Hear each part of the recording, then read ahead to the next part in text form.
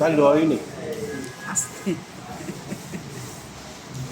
পুরোগুলো কত এই অবস্থা। আমি তোমাকে বলছিলাম, তুমি আমার কোনো কথা শুনো নাই। ছোটবেলায় আমরা বেরিয়েছিলাম, আমার হাজব্যান্ডের কথা শুনে তো বুঝতেই পারলেন যে আমরা দুইজনে মিলে বড় ধরনের একটা বাঁশ খেয়েছি।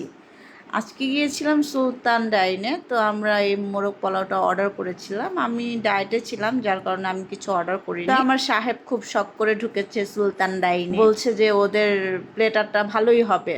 এই যে এই প্লেটারের দাম ছিল 320 টাকা। খাবারটা এত ফালতু ছিল, মানে আমার অভিজ্ঞতা খুবই বাজে ভাই। ওদের কাচ্চিটা ছাড়া আর কোনো প্লেটারই ভালো হয় না। তো কেউ যদি খেয়ে থাকেন কাইন্ডলি আমাকে একটু ইনফরমেশন করবেন ওদের আদার্স খাবারগুলো কেমন হয়।